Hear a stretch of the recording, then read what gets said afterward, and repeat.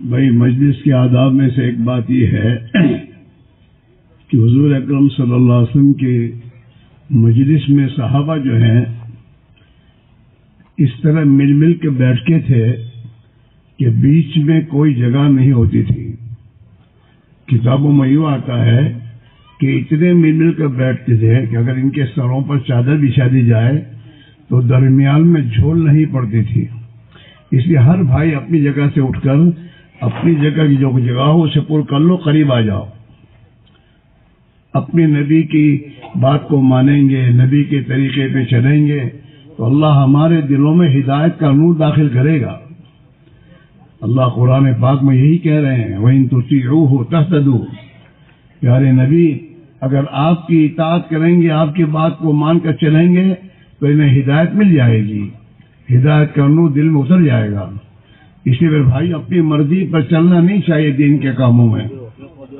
یہ بہت ہی نقصان کی بات ہے کہ آپ اپنی دین کے کام میں بھی اپنی مرضی پر چلے. حالانکہ دین تو کہتے ہی حضور کے طریقے پر چلنے کا نام. اس لیے ہمارے جو بھائیوں بیٹھے ہیں دور دور قریب آ جاؤ، اپنی جگہ سے اٹھو میرے بھائیوں، آؤ قریب آؤ. اور مجمع جوڑنے والے ساتھی جو ہیں، جو بھائی دور دور بیٹھے ہیں، انہیں سمجھا بجھا کر پیار محبت سے خوشامد کر کے انہیں اپنی جگہ سے اٹھا کر قریب لا کے بٹھا دیں. اگر تم جگہ چھوڑو گے تو شیطان آگے بیٹھے گا اس میں اور پھر تمہیں درمیان میں اٹھا کر لے جائے گا. اور یہ میں نہیں کہتا، یہ اللہ کے نبی کی بات ہے اور نماز کے بارے میں بات ہے کہ جو مسلمان نماز پڑھتے ہیں اور جماعت کی صف میں کھڑے ہوتے ہیں اور ان کے دونوں کے درمیان میں اگر ذرا بھی جگہ چھوڑتے ہیں تو ان کے بیچ میں شیطان ایسے گھستا ہے جیسے بکری کا بچہ گھستا ہے. یہ ہے حدیث کے الفاظ. اس لیے آپ ایسا نہ سمجھیں، نہیں یہ تو ہر جگہ ہمارے عمل کو بگاڑنے کے لیے ہمارے پاس آئے گا، ہاں ہمیں دور بٹھائے گا. مجلس اسی کا نام ہے کہ آدمی مجلس میں آ کے بیٹھے. اللہ کی رحمت جو ہے مجلس کو گھیرتی ہے، منڈپ کو نہیں. مجلس ہے، منڈپ ہے تو مجلس ہے. مل مل کے بیٹھو، بات کو سنو، محتاج بن کر سنو.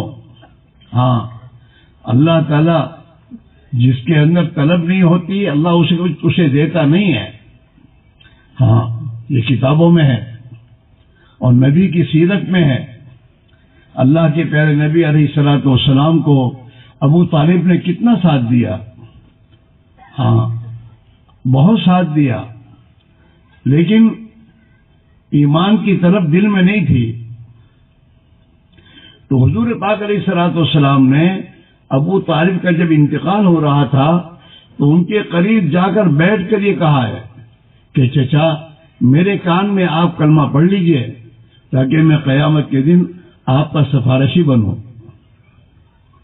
لیکن ابو طالب نے اس وقت انکار کیا کہ میری قوم مجھے تانا دے گی کہ موت کے ڈر سے بھتیجے کا کلمہ پڑھ لیا، اس لیے میں نہیں پڑھوں گا. بغیر کلمے کے گئے دنیا سے ابو طالب. خوب یاد رکھو، ہاں بڑے سے بڑے سید کا بیٹا کیوں نہ ہو، لیکن اگر طلب نہیں ہے تو دین نہیں ملے گا. خاندانیت کام نہیں دیتی.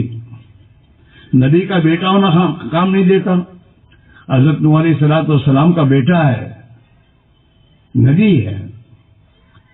ہاں جس حضرت نوح کو کہتے دوسرے عالم، لیکن ان کا بیٹا ہے. لیکن اللہ کے نبی کی بات کو نہیں مانا، اس نے ایمان نہیں قبول کیا. ہاں اور اس کی بچانے کی یعنی اللہ کے بارگاہ میں اپیل حضرت نوح نے کی کہ اللہ یہ میرا بیٹا ہے. تو اللہ نے جواب میں دی یہ آپ کا بیٹا نہیں ہے، اس نے ایمان قبول نہیں کیا ہے اور عمل صالح نہیں کیے ہیں. ہاں اور پھر اللہ نے ڈانٹ دی کہ نوح کیا کر رہے، کیا کہہ رہے ہو. نافرمان کی سفارش کر رہے ہو.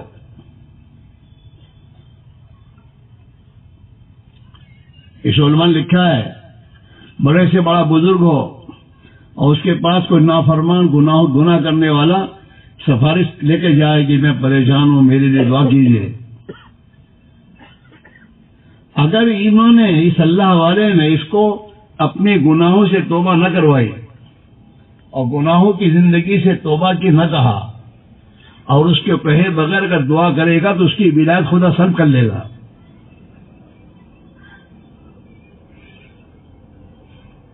نافرمانی میں زندگی گزار رہا ہے اور اس کی بنا پر اس پر حالات آئے ہیں اور ان حالات میں اللہ والے کے اللہ میاں اس کی مصیبت کو دور کر دے. اس کے معنی کیا ہے کہ حکومت کا نافرمان کی کوئی آدمی حکومت میں سفارش کرے تو حکومت کیا کہے گی؟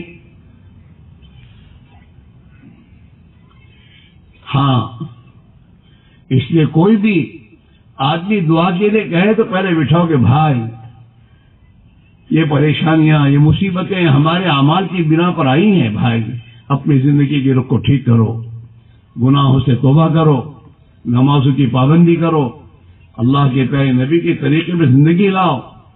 اس پر اللہ رحم کرے گا. اللہ نے رحم کرنے کا جو ضابطہ قرآن بیان کیا ہے.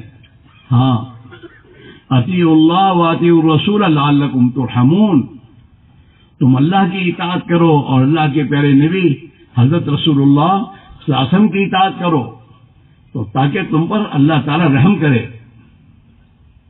اللہ کی رحمت اور رحم اطاعت پر ہے. یوں بھی ہم کسی نہ کسی کے پیچھے تو چل ہی رہے ہیں، ہم کسی نہ کسی کی اطاعت کر ہی رہے ہیں، خاندان کی مان کر چل رہے ہیں، بیوی کی مان کر چل رہے ہیں، خدا کے حکام کو توڑ رہے ہیں. ہاں، اور اللہ کے نبی نے فرمایا ہے لا طاعت للمخلوق فی معصیۃ الخالق،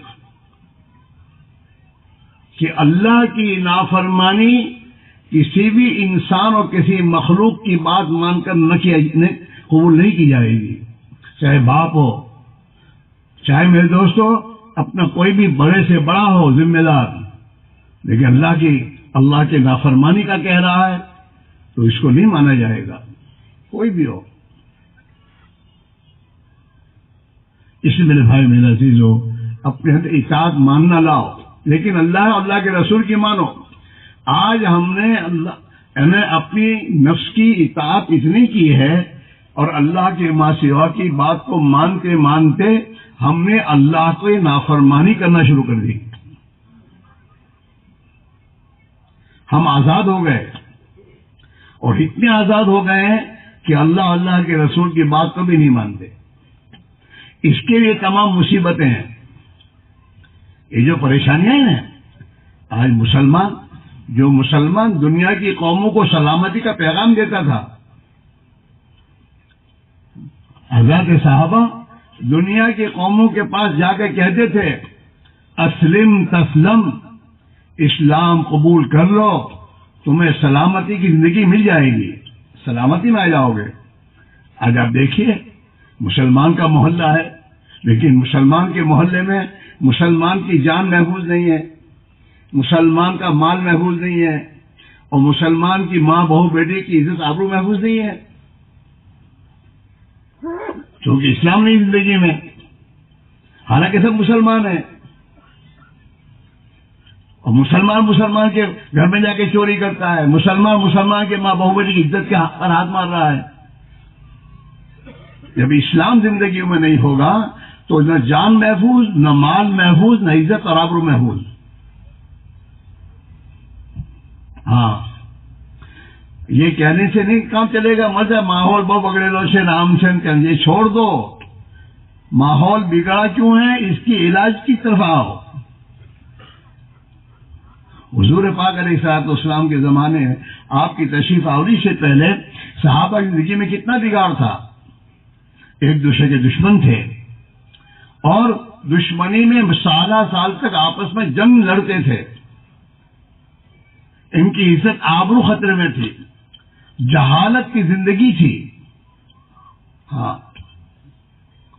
عجیب عجیب واقعات حدیث میں آتے ہیں. اتنی جہالت تھی، لیکن حضور پاک علیہ الصلوۃ والسلام نے آ کر محنت فرمائی، ایمان کی محنت کی، دین کی محنت کی. ان کی زندگی میں ایمان آیا، ان کی زندگیوں میں دین آیا، تو جس دین کے آنے کے نتیجے میں یہ تمام جہالت کی زندگیاں ختم ہو گئی. تو سیدھی بات ہے، گھر میں اندھیرا ہے تو اس کا علاج کیا ہے؟ اندر بہت سے اندر ہو جائے گا نا. اندھیرے کا علاج ہے کہ روشنی لاؤ. روشنی، ہاں. محلے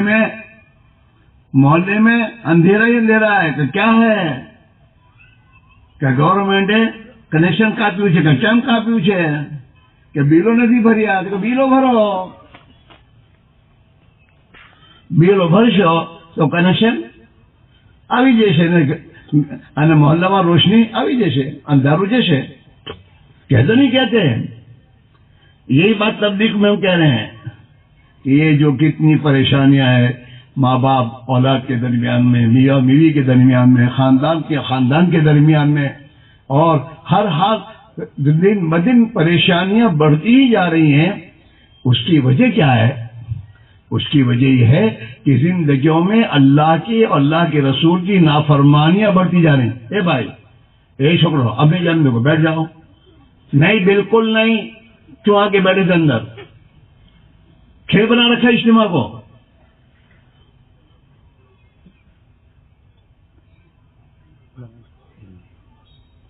اجتماع میں آؤ تو بیٹھو، بات سنو. اجتماع کو میلہ مت بناؤ. بیٹھا، چالا اٹھا، پچھی آیا، پچھی بیٹھا. ان کو بٹھا دیا کرو، ان کو جانے مت دو، تاکہ یہ اجتماع میں آگے میلہ نہ بنا، کھیل کود نہ بنا. اور اپنے ساتھ لاؤ بچوں کو، تو اپنے ساتھ دے کے بیٹھو ان کو مجمع میں. چھوڑ مت دو یوں ہی، جو کرنا ہو کرے، پھرے گھومے. انہیں ادب سکھاؤ، اپنی اولاد کو ادب سکھاؤ کہ بھائی اپنے اجتماع میں بیٹھا، بیسو، بات سامڑو. ابھی ہم دیکھتے ہیں ہمارا سامنے قیام ہے، پتہ نہیں کتنے بچے آتے ہیں جاتے ہیں، نل میں. دوپہر کو میں نے دیکھا 2 بچے آئے تو ہمارے جو ٹوائلٹ تھے اس ٹوائلٹ کو کھول کے دیکھ رہے تھے. بولو، یہ ہنسنے کی بات نہیں ہے، رونے کی بات ہے. ان بچوں کو ہم نے کوئی ادب ہی نہیں سکھایا. کون سکھائے گا ہمارے بچوں کو ادب؟ ہمیں سکھانا ہوگا کہ ایک مسلمان بچے کو کیسے رہنا چاہیے. جناب رسول اللہ صلی اللہ علیہ وسلم کے خادم تھے حضرت انس. ان کی عمر چھوٹی تھی، چھوٹے بچے تھے. حضور پاک علیہ الصلوۃ والسلام کے ساتھ کھانے بیٹھے تو کھانے میں بیٹھے تو بائیں ہاتھ سے کھانا شروع کیا. تو حضور پاک علیہ الصلوۃ والسلام نے فوراً تنبیہ کی، یا غلام سم اللہ، اللہ کا نام لے کے کھانا کھا، بسم اللہ بول. ہاں، وکل مما یلیک وکل بیمینک، تیرے دانے ہاتھ سے کھا اور اپنے آگے سے کھا، اپنے سامنے سے. ہر جگہ، ہر چاروں طرف ہاتھ لے مت جا.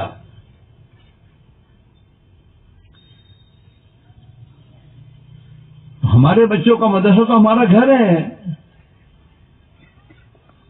زندگی سیکھنے کے لیے، قرآن سے سیکھنے کے لیے مدرسہ ہے. باقی زندگی کے مسلمان کی زندگی کیسی ہونی چاہیے، چھوٹے بچوں کو ادب سکھانا، بڑوں کا ادب، چھوٹوں کے ساتھ اچھا رہنا سکھانا، سنت کے مطابق کھانا سکھانا، ہاتھ دھو کے کھانا سکھانا، کپڑے پہننے کے طریقہ بتانا، یہ سب ہمارے ذمے ہے بچوں کو. ہاں، لیکن ابا کو نہیں آتا تو باپ کیا سکھائے گا بچوں کو؟ اسے کہتے ہیں اللہ کے راستے میں نکل کر دین سیکھو. دین بھی سیکھو اور اپنے بچوں کی دینی تربیت کرنے کا طریقہ سیکھو. بچوں کو سکھانے کا طریقہ ہی نہیں ہے، یہ نہیں ہے. بچوں کو سکھانے کا طریقہ پہلے خود کرو. تمہارے بچے تمہیں جو کام جس طرح کرتے دیکھیں گے ایسے کریں گے، وہ سیکھیں گے۔ اللہ کے نبی نے صلی اللہ علیہ وسلم نے یہی بات فرمائی، کل مولود یولد علی الفطرہ، اللہ تعالیٰ نے ہر بچے کو اسلامی فطرت پر پیدا کیا ہے۔ اس کے اندر یہ پہلے دن سے اللہ نے رکھی ہے کہ اسلام کو قبول کرے اور اسلامی زندگی کو اپنے اندر پیدا کرے، پہلے دن سکھائیے۔ فَأَبْوَاهُ يَهُودَانِهِ، اس کے ماں باپ اس کو یہودی بناتے ہیں، وہ یہودی نہیں ہوتا، وہ تو اسلامی فطرت پر ہوتا ہے۔ اے بچوں بالکل غلط ہے، یہاں میرے سامنے ذرا بھی یہ تم کھیل کود کہو گے میں برداشت نہیں کرتا۔ یہاں بیٹھو تو ادب سے بیٹھو، بات سنو، اتنی تمہاری عمر تو 15 سال کی ہے۔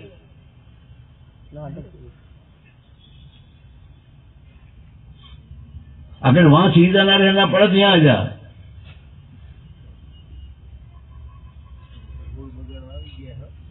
لا حول ولا قوت الا باللہ، یہ حال ہے۔ 15-16 سال کا بچہ ہے، ابھی تک اس کو بھی ادب نہیں ہے۔ تو میرے بھائی میرا عزیزو، حضور نے فرمایا کہ اس کے ماں باپ اس کو یہودی بناتے ہیں، عیسائی بناتے ہیں، اور وہ اور آگ کا پجاری بناتے ہیں۔ فَأَبْوَاهُ يُحَوِّدَانِهِ وَيُمَجِّسَانِهِ وَيُنَصِّرَانِهِ، اس کے معنی یہ ہے کہ ماں باپ اور گھر کے بھائی بہن، ان کی جو زندگی ہوتی ہے وہ اس میں جاتی ہے۔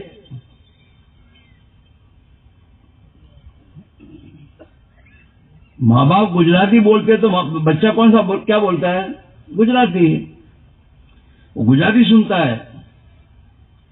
لیکن اگر گجراتی کا بچہ جو ہے پیدا ہونے کے بعد کسی انگریزی کے پاس، کسی انگریز کے گھر میں چلا جاؤ تو یہ بچہ کیا سیکھے گا؟ انگریزی بولے گا، انگریزی، اور انگریز کی جو رہن سہن ہے وہی سیکھے گا وہ۔ اس لیے گھر کے ماحول کو ایمانی بنانا یہ ہمارے ذمے ہے، ہمارے بچوں کی تربیت کے لیے۔ ہاں، جیسے گھر میں کھانا لاتے ہو، پینا لاتے ہو، گھر کی ضرورتوں کا سامان لاتے ہو تو آتا ہے، ایسے گھر میں دین لاؤ گے تو دین آئے گا۔ اور دین آئے گا کیسے؟ تمہارے پاس دین ہوگا تو آئے گا۔ اور ہمارے پاس دین کیسے آئے گا؟ دین کی محنت سے آئے گا۔ ہاں، ایک آدمی کے خود کے جیب میں پیسے تو کیا دے گا بچوں کو یہ؟ اس میں بھائیوں، حضرات صحابہ نے ایمان سیکھا۔ صحابہ فرمایا تعلمنا الایمان، ہم نے پہلے ایمان سیکھا۔ ایمان سیکھنے کے معنی کیا ہے؟ کہ ہم نے کلمے پر محنت کر کے اپنے دل میں اللہ کا خوف اتنا پیدا کر دیا کہ جس اللہ کے خوف کے پیدا ہونے کے بعد اللہ نے جن چیزوں سے روکا ہے، حرام قرار دیا ہے، اس سے بچنا ہمارے لیے آسان ہو گیا۔ اور کرنے پر محنت کر کے اللہ کی بڑائی اور عظمت کو دل میں اتنا اتارا کہ اللہ کے سوا کسی اور بڑے کی بات کسی کو بڑا مانا ہی نہیں کہ اس کی بات مانی جائے، قبول کیے جائے۔ اللہ ہی بڑا ہے، اسی کی مانی جائے گی۔ اس کے حکموں پر چلنا آسان ہو گیا۔ ہاں، اسی کا نام دین ہے، اللہ کے حکم پر کے مطابق زندگی گزارنا، اپنے نبی کے طریقے کے اوپر چلنا، اور اللہ کو راضی کرنے کے لیے کرنا، کسی اور کے لیے نہیں۔ اس کا نام دین ہے۔ تو تعلم الایمان فرمایا، پہلے ہم نے ایمان سیکھا، پھر ہم نے قرآن پاک کو سیکھا۔ جب ایمان سیکھ کر قرآن پاک کو سیکھنا شروع کیا تو قرآن پاک میں جو کہا وہ زندگی میں آنا آسان ہو گیا۔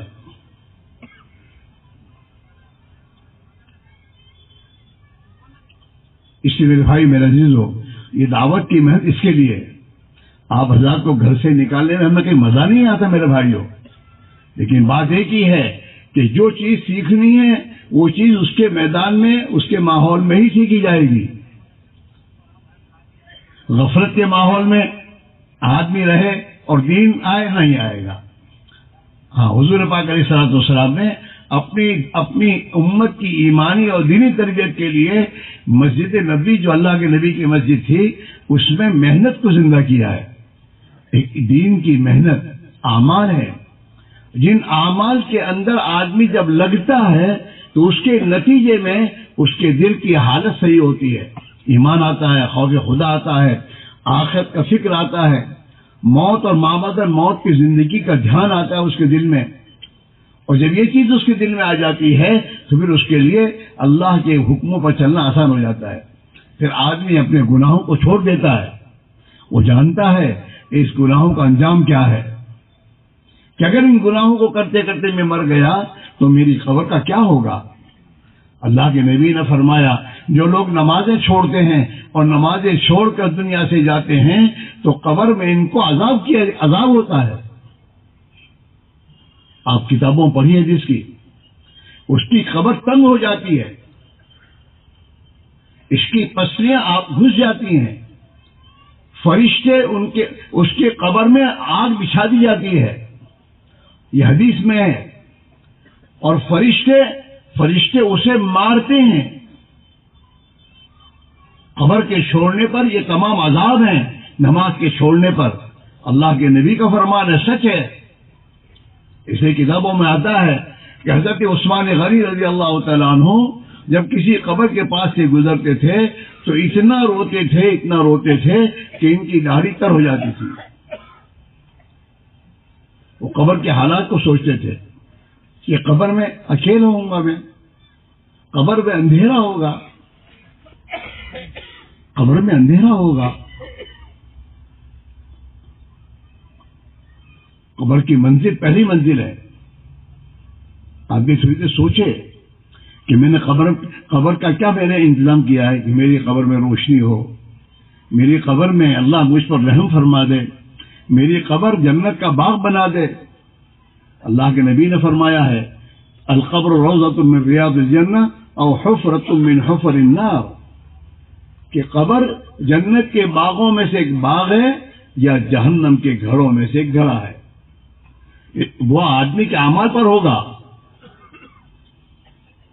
آدمی نمازوں کی پابندی کرتا ہوا اور نمازوں کو صحیح پڑھتا ہوا دنیا سے جائے گا تو اللہ تعالیٰ اس کی قبر کو جنت کا باغ بنا دیں گے.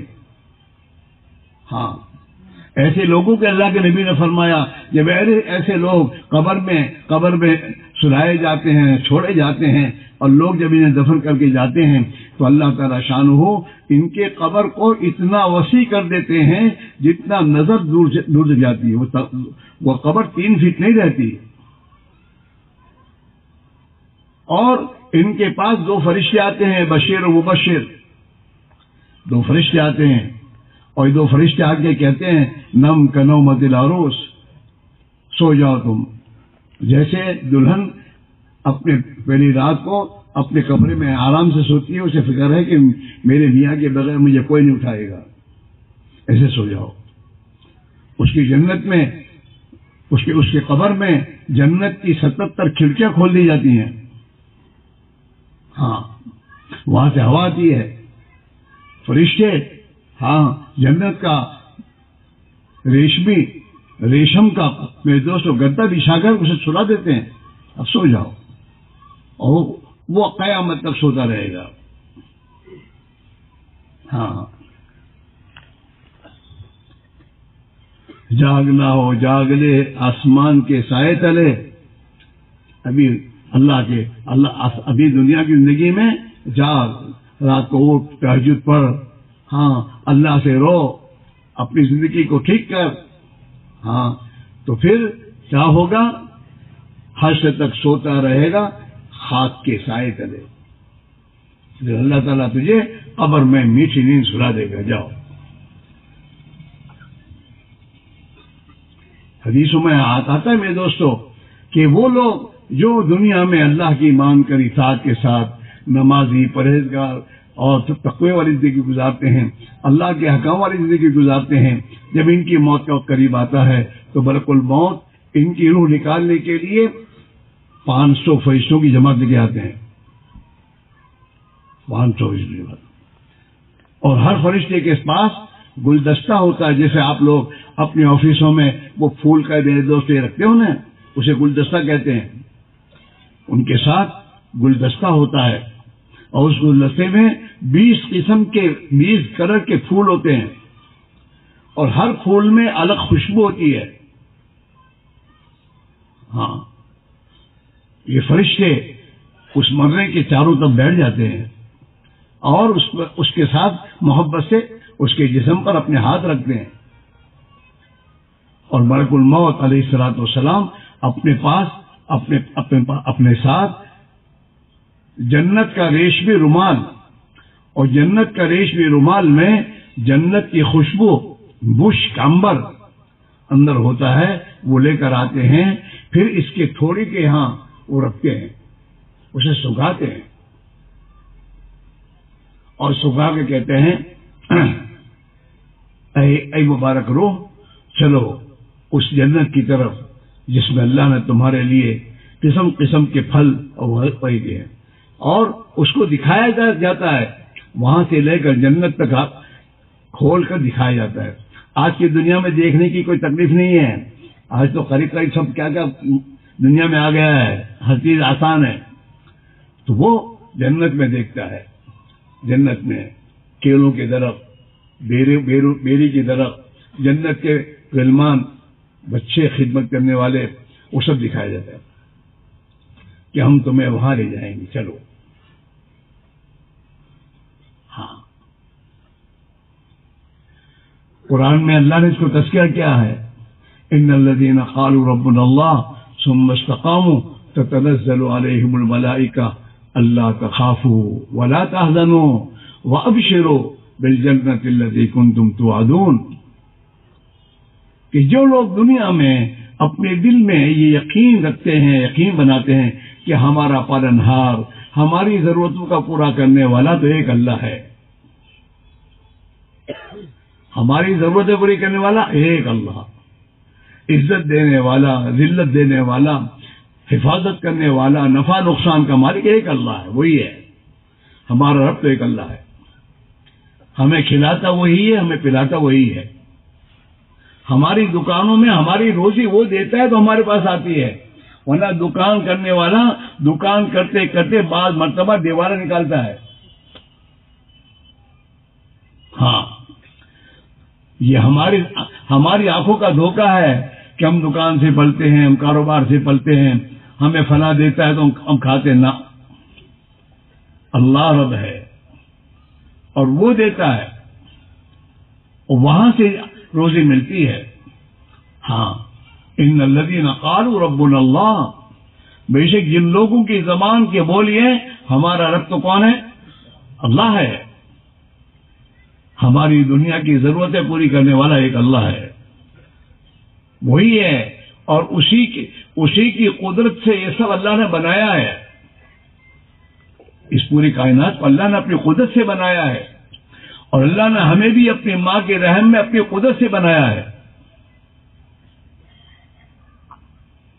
یہ آنکھیں اللہ نے دی ہیں، یہ کان اس نے دیے ہیں، اس کان میں سننے کی طاقت اس نے دی ہے، دماغ اس نے دیا ہے، زبان اس نے دی ہے،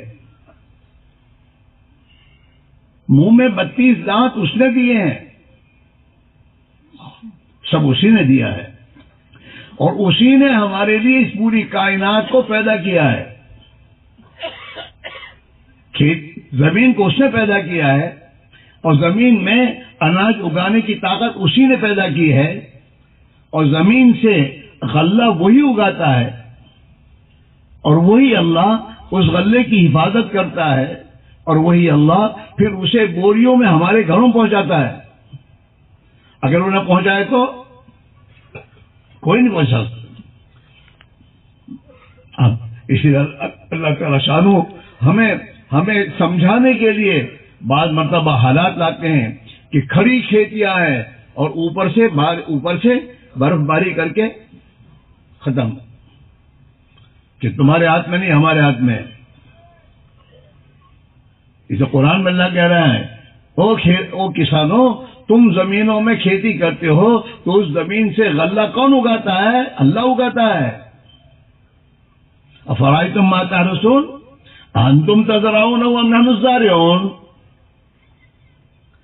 کہ زمینوں پر تم محنت کرتے ہو، اس زمین سے غلہ تم اگاتے ہو، ہم اگاتے ہیں، اللہ اگاتے ہیں.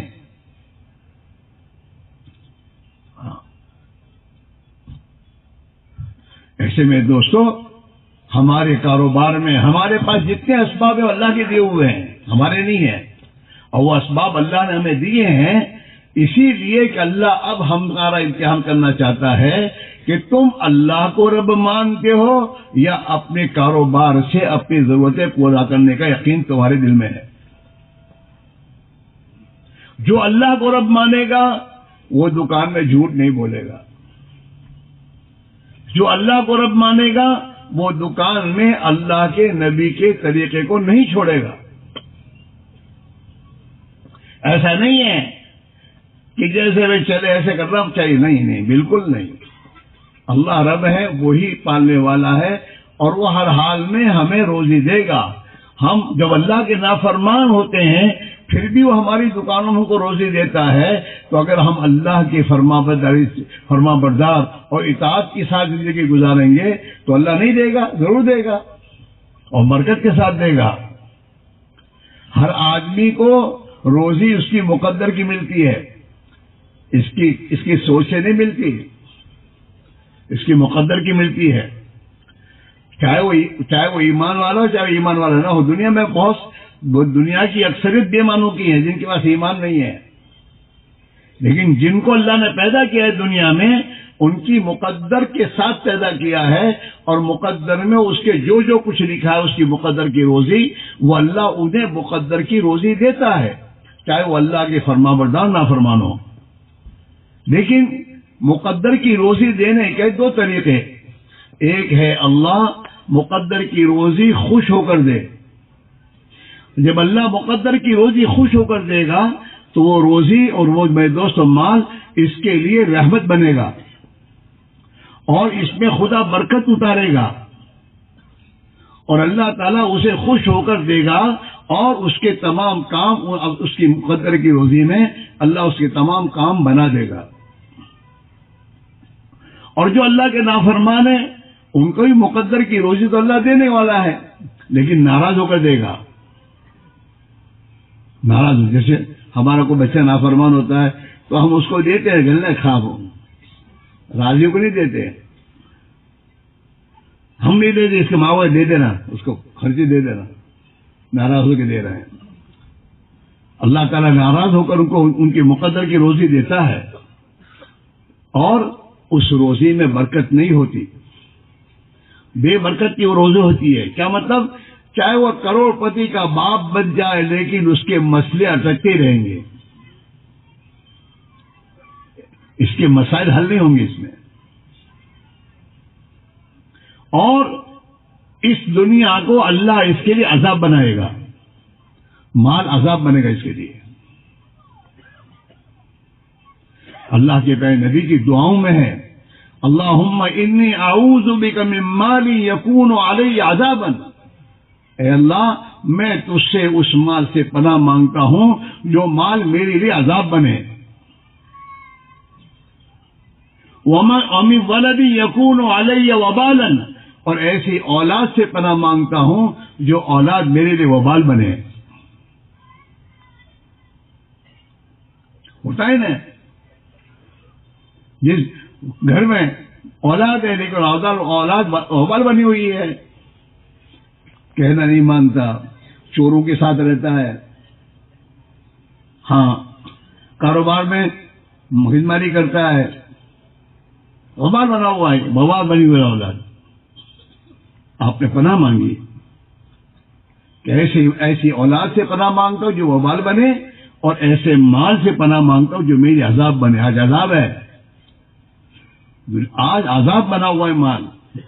گھر میں رکھ سکتا نہیں، بینک میں رکھ سکتا نہیں، ساتھ میں رکھ کر پھر نہیں سکتا، اور کسی کو بتا بھی نہیں سکتا. عذاب ہے. اور انویسٹمنٹ کرے تو بھروسہ نہیں ہے کب لے کے جب بھاگ جائے. ہاں، اور خدا کی نافرمانی میں دنیا میں اگر اس نے اپنا مال خرچ کیا تو قیامت کے دن یہ مال اس کے لیے عذاب بنے گا، اور یہ مال کے ذریعے سے عذاب دیا جائے گا. جیسے آتا ہے کتابوں میں کہ جو مالدار اپنے مال کی زکوٰۃ برابر نہیں نکالیں گے اور دنیا سے مر کر جائیں گے تو اس مالوں کو، اس مال کی تختیاں بنا کر جہنم کی آگ میں اسے تیز کر کے پھر اس کے پیٹھ پر اور اس کے پہلو میں اس سے داغ دیے جائیں گے. مال پر زکوٰۃ ہے. اسلام کے 5 ارکان ہیں، ایمان ہے، نماز ہے، زکوٰۃ ہے، روزہ ہے، حج ہے. مالدار کا حج بھی ہے. آدمی کو علماء سے پوچھ کے زندگی میں اپنی یہ کرنا، یہ نہیں ہے کہ چھوکراؤں شادی سے پجی حج کری شو، ایسا نہیں ہے. مکہ جا کر آنے کیا اس کے پاس خرچہ ہو اور راستہ محفوظ ہو، اس پر حج ہو گیا، اس کو حج کرنا چاہیے. اکیلا اس کی بیوی کے پاس نہیں ہے، اس کے پاس ہے اتنا خرچہ، تو اس کو اکیلے کو جانا پڑے گا. ایسا نہیں کہ بہرحال ثابت جاؤ، پھر اللہ دے گا تو بیوی کی شادی جائے گا. اس لیے کہ جب حج فرض ہو گیا تو اس کو اپنے وقت پر ادا کرنا ضروری ہے. جیسے نماز فرض ہو گئی تو نماز کو اپنے وقت میں ادا کرنا ضروری ہے. زکوٰۃ کا مال، اس کے ایک کوڑی اٹکڑیا پیسہ کاروبار نام زکوٰۃ نہ دے، یہ کڑی نام کو 50,000 ابھی دو، ایسا نہیں ہے. حساب کرو پورا. ہاں، علماء سے پوچھو جو تمہارے پاس چیزیں ہیں جتنی بھی ہیں اس پر زکوٰۃ ہے کہ نہیں ہے تو اب کتنی ہے. مال کا حساب کر کے زکوٰۃ نکالنا ایک پیسے کی. ایسے میں دوستو روزہ ہے، رمضان کے روزے رکھنا فرض ہے.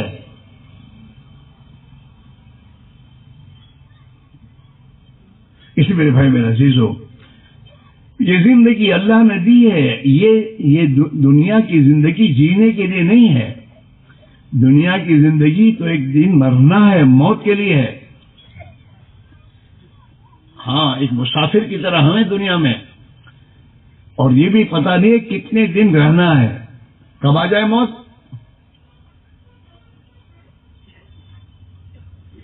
دنیا میں ایسے واقعات ہیں، عید کے دن کھانے بیٹھا ہے اور کھانے میں 2 لقمے کھا اور تیسرا لقمہ لے کر جا رہا ہے اور مر گیا، نہیں پور کھا سکا. دنیا میں واقعات ہیں. بچے کی شادی میں نکلے ہیں، کیا کہتے ہیں اس کو؟ بارات. جان جا رہی ہے. ہاں، اور میرے بھائیوں وہیں پر میرے دوست ایکسیڈنٹ میں وہیں مرتا ہے آدمی. اور ابھی کورونا کا بھی گیا. ہاں،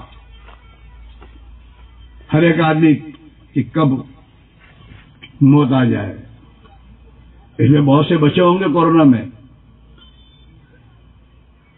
انہیں تو اللہ کی نعمت کی قدر کرتے ہوئے اپنی زندگی کے رخ کو ٹھیک کرنا چاہیے کہ اللہ تم نے زندگی دی، ورنہ موت آ جاتی میرا کیا ہوتا. اسے حضور پاک علیہ السلام نے ایک حدیث بھی فرمایا، اغتنم خمسا قبل خمس، 5 چیزوں کو، ان 5 چیزوں کے تمہارے ہاتھ سے نکل جانے سے پہلے غنیمت سمجھو. چانس ہے یہ 5 چیزیں تمہیں چانس کے طور پر ملی ہے، یہ تمہارے ہاتھ سے نکل جانے سے پہلے ان 5 غنیمت سمجھ کر، چانس سمجھ کر لو. آخرت کی تیاری. اللہ نے ہمیں مال دیا ہے، طاقت دی ہے، قوت دی ہے، جوانی دی ہے، جو کچھ دیا ہے یہ دنیا کے لیے نہیں ہے. دنیا میں ہم رہنے کے لیے نہیں آئے ہیں، دنیا میں تو ہم مرنے کے لیے آئے ہیں. اور جب مرنے کے لیے آئے ہیں تو مرنے کے بعد ہمیں جانا کہاں ہے؟ کہ ہمیشہ کی زندگی ہے آخرت کی. اس آخرت کی ابدی زندگی کی تیاری کے لیے ہم دنیا میں آئے ہیں، اور ہمارے پاس جو کچھ ہے وہ اس کے لیے ہے. آخرت کی تیاری کے معنی کیا ہے کہ آخرت کی تیاری کے معنی یہ ہے ایمان بنانا، اعمال بنانا، اخلاق بنانا، اللہ اور اللہ کے رسول کے حقوق کو پہچاننا، انسانوں کے حقوق کو پہچان کر اسے ادا کرنے کے لیے فکر کرنا، اس کے لیے یہ زندگی ہے. آخرت بنے گی، دنیا میں موت آئے گی، ایک دن مرے گا آدمی، کوئی آدمی انکار نہیں کر سکتا موت کا، اور مر کر دنیا سے جانا ہے. 3 باتیں دنیا کا ہر انسان اسے سمجھتا ہے، یقین کرتا ہے. ایک دن مرنا ہے، ہر ایک کا یقین ہے مرے گا. دوسرا، دنیا یہی چھوڑ کے جانا ہے. جس کے پاس جو دنیا ہے وہ ساتھ لے کر نہیں جاتا، یہی چھوڑ کے جاتا ہے. اور تیسرا، اس نے جو کچھ اعمال کیے ہیں وہ اعمال یہاں چھوڑ کر نہیں جائے گا، وہ اپنے اچھے برے اعمال جو بھی ہیں وہ اپنے ساتھ لے کر جائے گا مرنے کے بعد. اور اسی پہ اس کے آخر زندگی کا مدار ہے.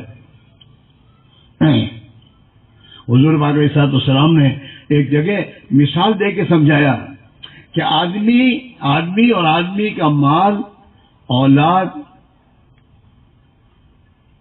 کی مثال ایسی ہے جیسے ایک آدمی کے 3 بھائی ہوں.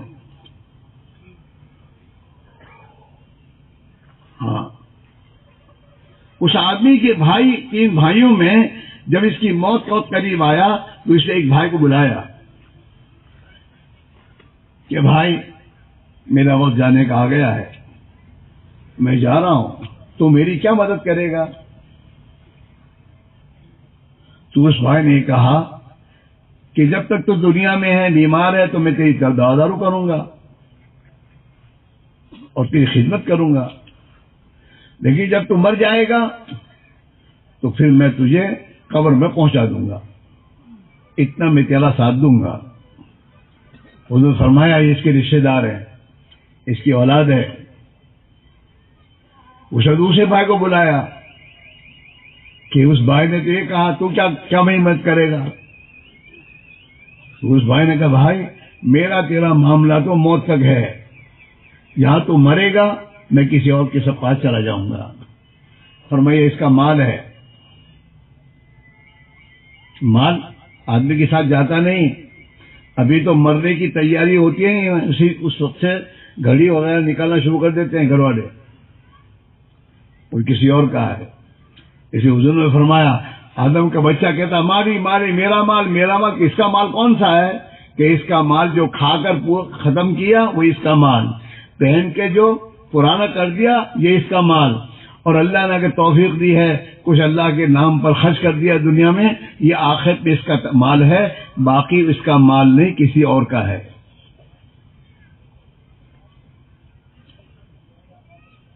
تو فرمایا یہ اس کا دوسرا بھائی جو ہے اس کا مال ہے. اس نے تیسرے بھائی کو بلایا کہ بھائی تو میری کیا مدد کرے گا؟ کہ میں دنیا میں تیرے ساتھ ہوں. آدمی جو نیک اعمال کرتا ہے تو نیک اعمال جہاں بھی جاتا ہے اپنے ساتھ لے کے جاتا ہے. آدمی کہیں بھی جائے، باہر جائے، گھر، تو اس کے اعمال تو اس کے ساتھ ہوتے ہیں.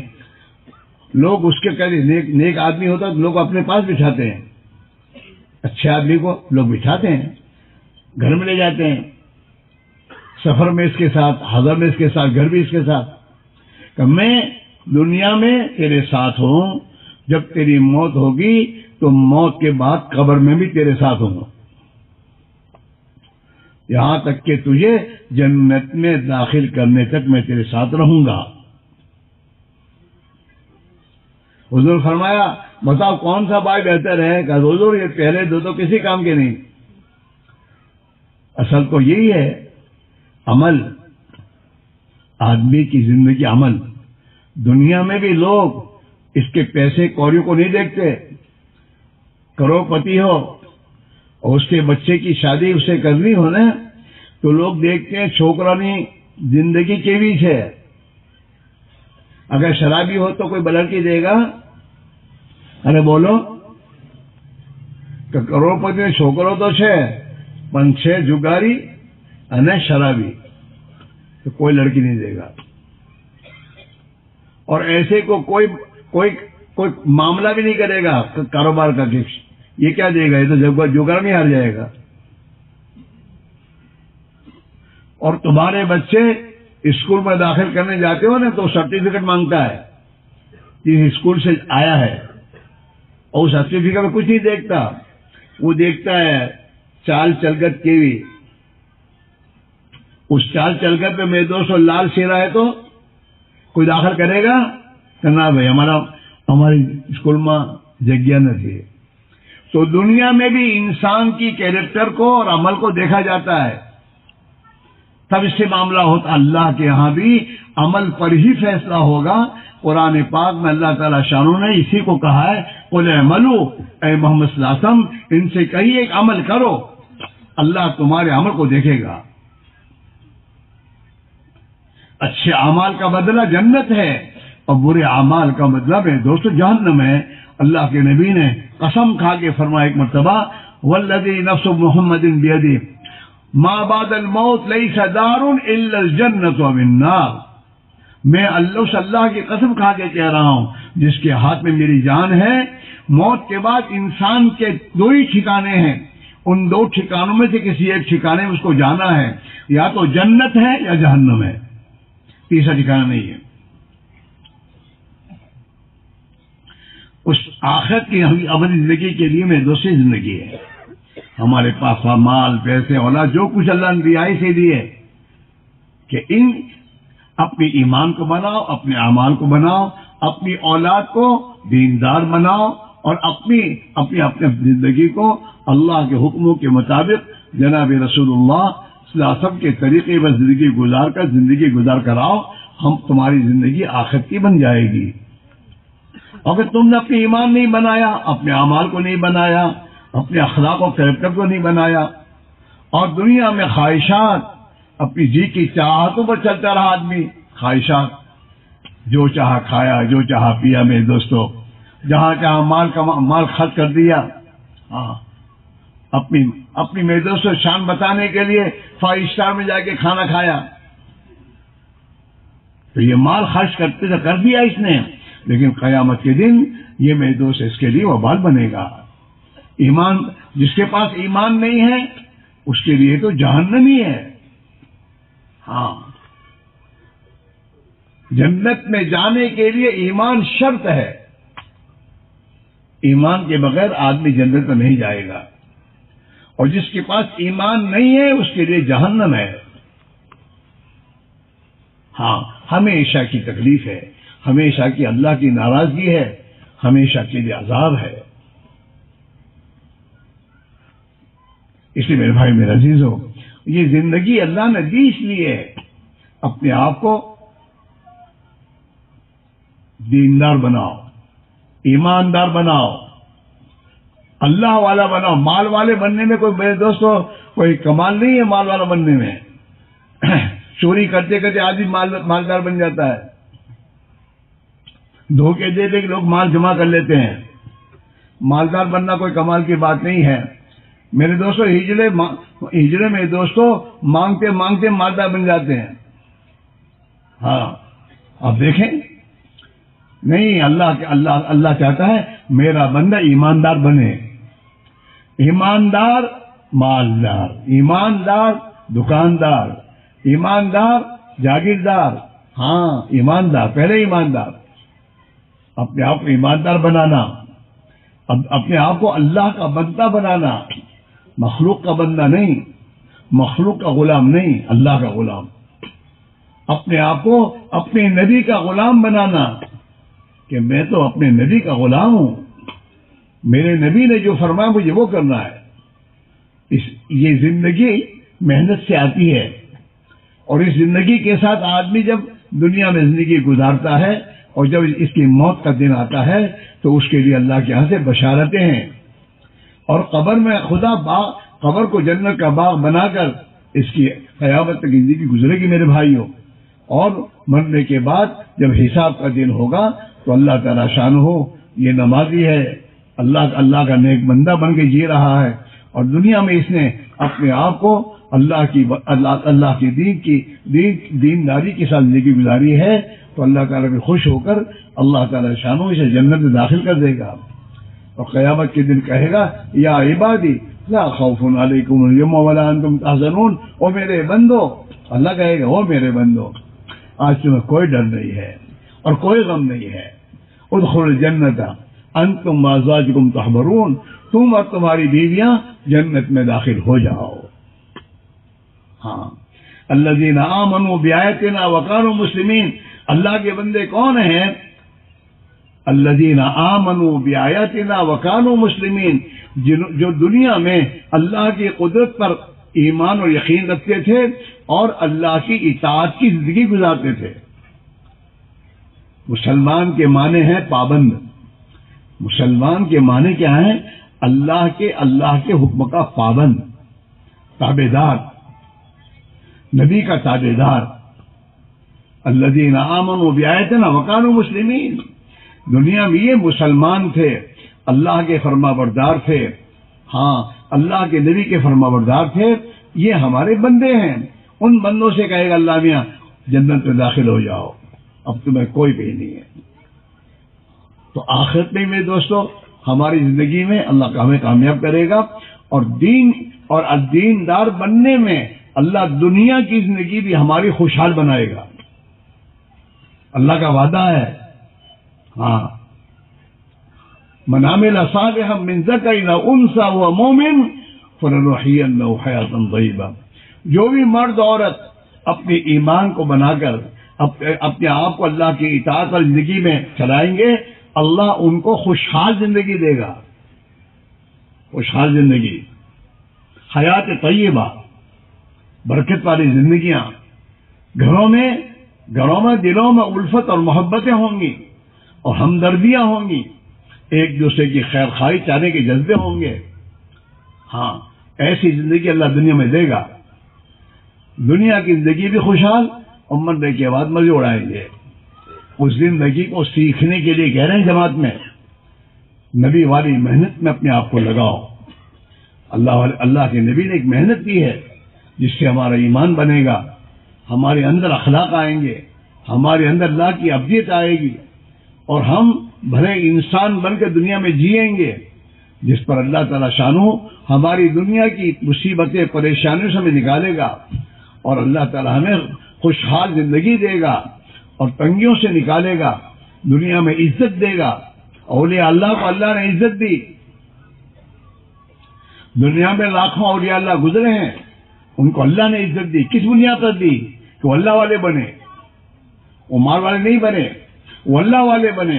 جب اللہ والے بن گئے تو اللہ نے ان کو اپنا بنا کر انہیں عزت دے دی، اور ایسی عزت دی کہ وہ صحابہ اور وہ اولیاء اللہ میں دوستو صدیوں سے اپنے قبر میں پہنچ گئے، لیکن ابھی تک ان کی عزت باقی ہے۔ لوگ ان کے نام سے اپنے بچوں کے نام رکھتے ہیں، عزت ہے۔ ہاں میرے بھائیوں، اللہ کے پیارے نبی جو دین لے کر آئے ہیں، اس دین کو زندگی میں لا کر زندگی گزارنے پر خدا دنیا میں بھی عزت کی زندگی دے گا، موت کا دن خوشی کا ہوگا، قبر حشر میں خدا ہمارے ساتھ رحم کرم کا معاملہ کرے گا، اور ہمیشہ ہمیشہ کی جنت کا خدا داخلہ دے دے گا۔ اس زندگی کو سیکھنے کے لیے دین کی محنت ہے۔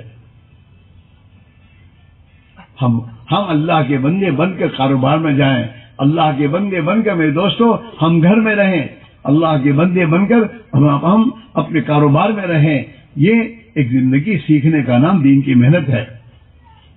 اس کے لیے میرے دوستو اپنے اس غفلت کے ماحول کو چھوڑ کر اللہ کے راہ میں آدمی 4 مہینے جب لگاتا ہے، اور اپنے 4 مہینے مسجد کے 4 دیواری میں وہ اعمال محمد صلی اللہ علیہ وسلم، اللہ کے نبی نے جو اپنی مسجد میں جو اعمال کیے تھے ان اعمال میں گزارتا ہے، تو جس کے نتیجے میں اللہ اسے سب سے پہلے اپنے گناہوں کی زندگی پر توبہ دیتے ہیں۔ آدمی جو جماعت میں جاتا ہے 2 یا 3 دن نہیں گزرتے کہ اسے رونا آتا ہے، اپنی غلط زندگی پر توبہ کرتا ہے، اللہ توبہ کی توفیق دیتا ہے۔ ہاں، حضرت الیاس رحمۃ اللہ علیہ کے پاس ان کے خادم تھے، تو حضرت کے پاس جب کوئی آدمی دعا کے لیے آئے کہ حضرت میں پریشان ہوں، تو حضرت کے بھائی جماعت میں چلا جا، حضرت میرا بچہ بیمار ہے دعا کیجیے، جماعت میں چلا جا، جو بھی آئے اس کو کہا جماعت میں جاؤ۔ تو حضرت کا جو خادم کا حضرت یہ بات سمجھ میں نہیں آئی، ہر ایک کو آپ جماعت میں چلے جاؤ یہی کہتے ہو، وہ اپنی بچے کی بیماری کے لیے آیا، تب بھی جو بھی پریشانی اس کی آپ ایک ہی بات کہتے ہو کہ بھائی ہاں یہ اس لیے جس پریشانی میں ہے وہ گناہوں کی بنا پر یہ پریشانی اس پر ہے، میں اسے جماعت میں بھیجتا کیوں ہوں؟ یہ جماعت میں جائے گا اور وہاں جا کر اپنی غلط زندگی سے توبہ کرے گا، تو اس توبہ کرنے کے بعد اللہ اس کے حالات درست کر دیں گے۔ ہاں تو ہم سب پریشان ہیں اور دنیا کا ہر انسان پریشان ہے، اور امریکہ ہو کہ کوئی بھی ہو سب جگہ پریشان ہے۔ ہاں اور میرے دوستوں پیٹرول والوں کے ملکوں میں بھی پریشان ہے۔ اس پریشانی سے نکلنے کا راستہ یہ دین ہے۔ جناب رسول اللہ صلی اللہ علیہ وسلم نے آج سے میرے دوستوں صدیوں کے پہلے اللہ کے نبی نے یہ اعلان کیا تھا، من اصلح ما بینہ وبین اللہ اصلح اللہ ما بینہ وبین خلقہ، جو اپنے اور اللہ کے درمیان کا معاملہ درست کر دے گا تو اللہ اس کے اور مخلوق کے درمیان کے معاملے کو درست کر دے گا۔ آپ کا یہ پیغام ہے۔ لوگ کہتے سولوشن، یہ بچے بیٹھو، نہیں یہیں بیٹھ جاؤ،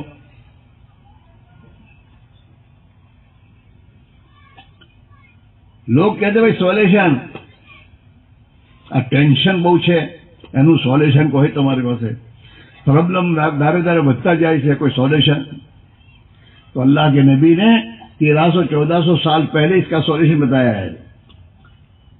ہاں آپ صلی اللہ علیہ وسلم جب مکہ سے مدینہ ہجرت کر کے تشریف لے گئے تو آپ نے خطبہ دیا ہے، ایک بیان کیا ہے، اور اس خطبے میں آپ نے یہ بات فرمائی ہے، من اصلح ما بینہ وبین اللہ اصلح اللہ ما بینہ وبین خلقہ، جو آدمی اپنے اور اللہ کے درمیان کے معاملے کو درست کر دے گا اللہ اس کے اور مخلوق کے درمیان کے معاملے کو درست کر دے گا۔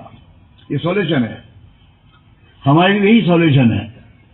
اس میں بھائیو اب وجہ سے ہماری گزارش یہ ہے، دعائیں تو کراتے رہی ہو لیکن دعائیں کرانے سے پہلے اس کا سولوشن بھی اختیار کرنا ضروری ہے۔ آج کل ہمارے بھائی دعا کرنے بہت آتے ہیں، مولوی صاحب دعا کرو، بھائی دعا تو کریں گے باقی تو دوا تو کر۔ ایک آدمی ممبئی کی گاڑی میں بیٹھا ہے اور ہمارے پاس دعا کر کے مانتا صاحب دعا کرو اللہ مجھے دلی پہنچا نہیں دے، تو اس کا کہنا صحیح ہے؟ بولو نہیں۔ جن گناہوں کی بنا پر اس کے اوپر یہ پریشانیاں ہیں وہ گناہوں کی زندگی تو چھوڑنے تیار نہیں ہے، اور مولوی صاحب کے پاس آیا دعا کریو وہ پریشان چھو، تو یہ تو صحیح نہیں ہے۔ بھائی تجھے دلی پہنچنا ہے تو پہلے تو بمبئی کی گاڑی سے اتر اور دلی کی گاڑی میں بیٹھ اور پھر برسات سے دعا کرا کہ دعا کر جو اللہ میں نے عافیت کے ساتھ دہلی پہنچا دی دے، تو ٹھیک ہے۔ تو آپ حضرات ہم یہی کہہ رہے ہیں کہ آپ حضرات اپنی زندگی میں دین لانے کے لیے قدم اٹھاؤ۔ یہ جو بے دینی ہماری نمازیں چھوڑنا اور میرے دوستوں پتہ نہیں کہاں کہاں ہماری گناہوں کی زندگیاں ہیں جس کی بنا پر یہ حالات میں ہمیں ہماری زندگی کا رخ صحیح ہو، اس کے لیے اللہ کی راہ میں 4 مہینے نکل کر اپنی زندگی کو ٹھیک کرو، توبہ کرو، ایمان اتنا بنا لو جو ایمان ہمیں گناہوں سے بچائے اور جو ایمان ہمیں اللہ کی اطاعت ڈال دے، اور اپنی نمازوں کو ایسی بناؤ کہ جو نمازیں ہمیں گناہوں سے روک دے۔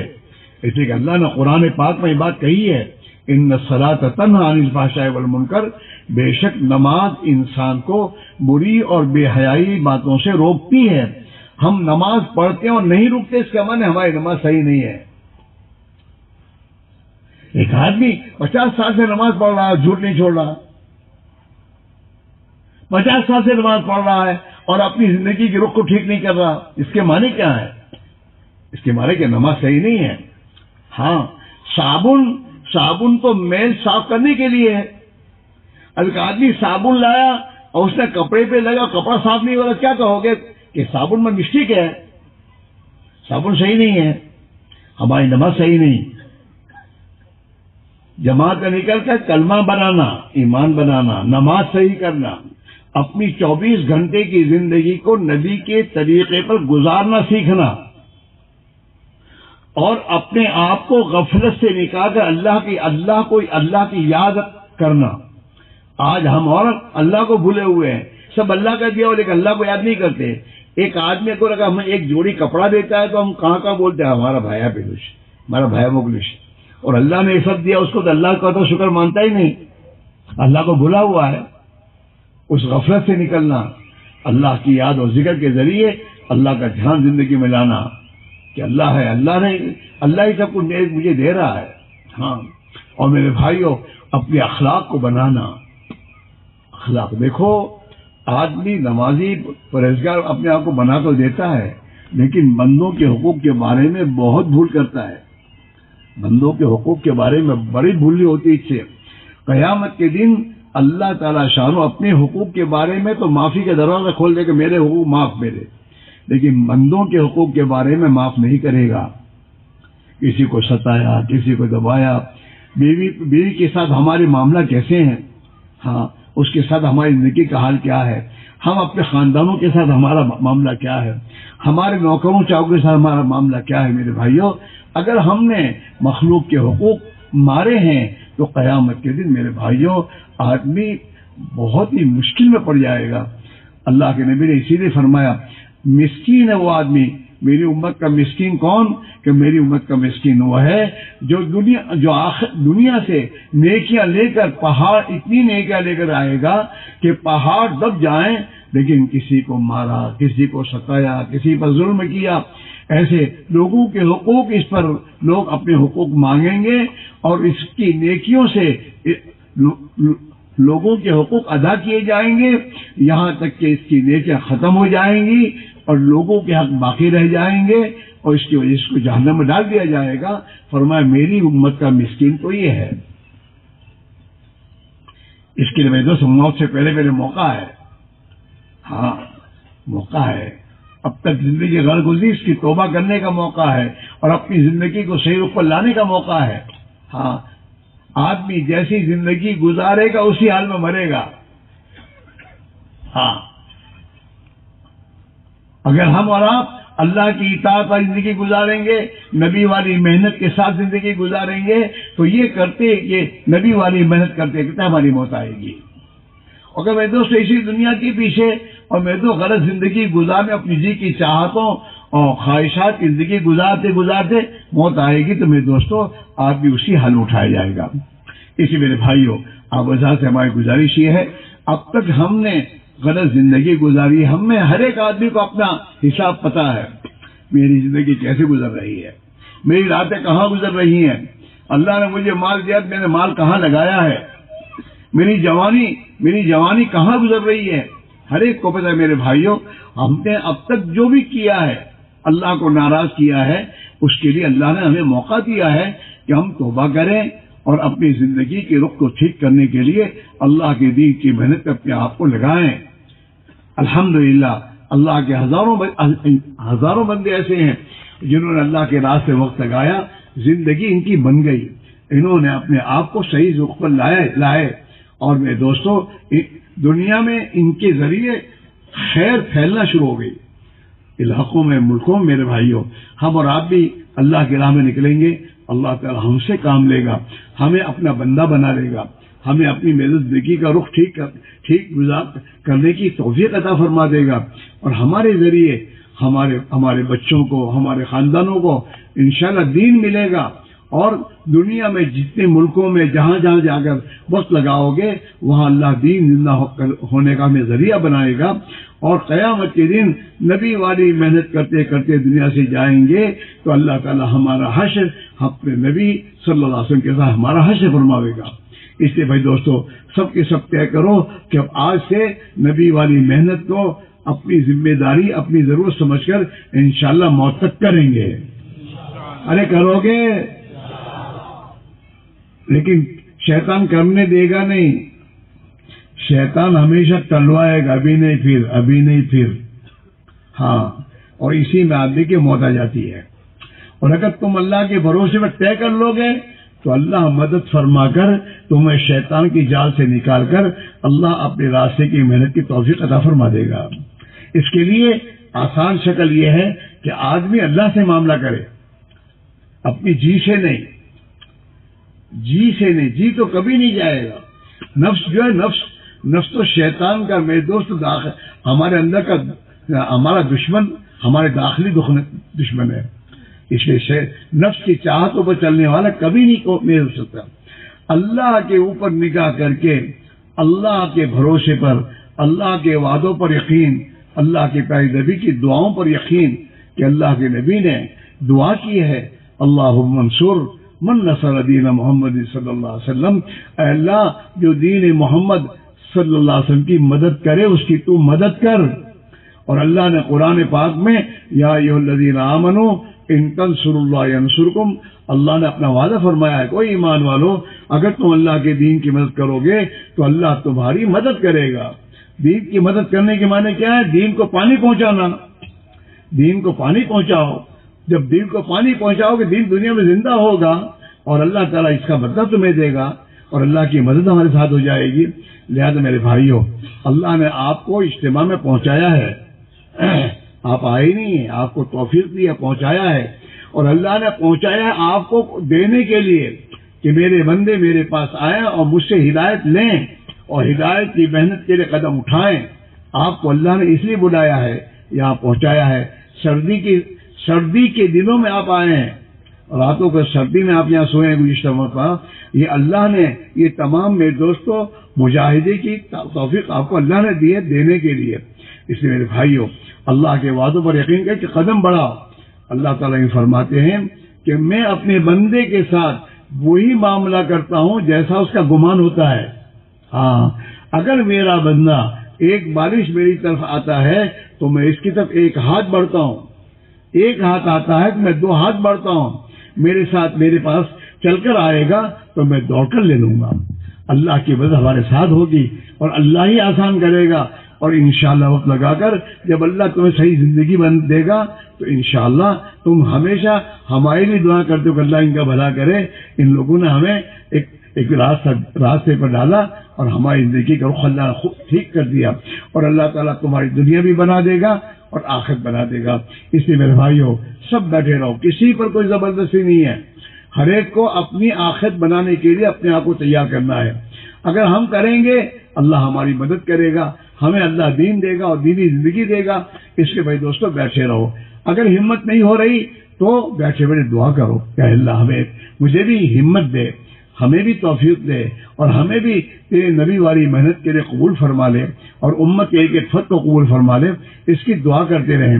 اگر بیٹھے رہو گے اللہ کی بارگاہ میں محتاج بن کے مانگتے رہو گے، انشاءاللہ اللہ آپ کے لیے بھی نکلنا آسان کر دے گا اور توفیق دے گا۔ لیکن میرے دوست اٹھ کر جانا یہ اللہ کو پسند نہیں ہے کہ دین کے تقاضے کا ہمارے سامنے آئے اور ہم اٹھ کر نکل جائیں، نہ جانے پر ندامت ہو اور اللہ سے دعا کرو گے تو پھر اللہ تعالیٰ شانو اپنی رحمت میں ہمیں ڈھانپ لے گا۔ اس لیے بھائی، اے جوانوں، اے بچوں، بیٹا بالکل غلط بات ہے، تم لوگ تو تشکیل کے وقت میں اٹھ کے جانا شروع کر دیا تم نے، یار کیا تمہاری حالت ہے؟ اللہ کے بندو بیٹھو، اخیر تک بیٹھو، تشکیل میں ساتھ دو، اللہ کے دین کے مددگار بنو اور اللہ سے دعا مانگو اپنے لیے، اپنے خاندانوں کے لیے کہ اللہ ہمیں اپنے نبی والی محنت کے لیے خدا ہمیں توفیق عطا فرمائے۔ نبی والی محنت کریں گے تو نبی والی زندگی ملے گی، نبی والی فکریں ملیں گی، نبی والی محنت کے ذریعے میں دوستو نبی والی مددیں خدا ہماری کرے گا۔ جو اللہ نے اپنے نبی کی مدد کی وہ مددیں نبی والے کام کے ساتھ ہیں میرے بھائیوں۔ اس لیے آپ حضرات بیٹھے رہیں اور جب تک میرے دوست تشکیل نہ ہو اپنے آپ کو متوجہ اللہ کی طرف کریں، دعا میں لگے رہیں اور میرے دوستو اٹھنے کا ماحول نہ بنائیں۔ سب بیٹھو گے؟ اخیر والے بیٹھیں گے؟ ہاں بیٹھے رہنا بھائی اللہ کے لیے۔ اب کھڑے ہو کے بولنا شروع کریں۔ 4 مہینے کی جماعتیں انشاءاللہ کل جماعتیں روانہ ہوں گی، پرسوں کل جماعتیں روانہ ہوں گی الحمدللہ۔ ہر جگہ سے 4 مہینے کی جماعتیں اللہ کے بندے تیار ہوئے، روانہ ہوئی میرے دوستوں اور روانہ ہو رہی ہیں۔ ہم اور آپ بھی تھوڑی ہمت کر لیں گے تو اللہ تعالیٰ ہماری مدد کرے گا، آسان کر دے گا۔ اب اللہ کے بھروسے میں کھڑے ہو کے بولنا شروع کرو، پہل کرو، پہل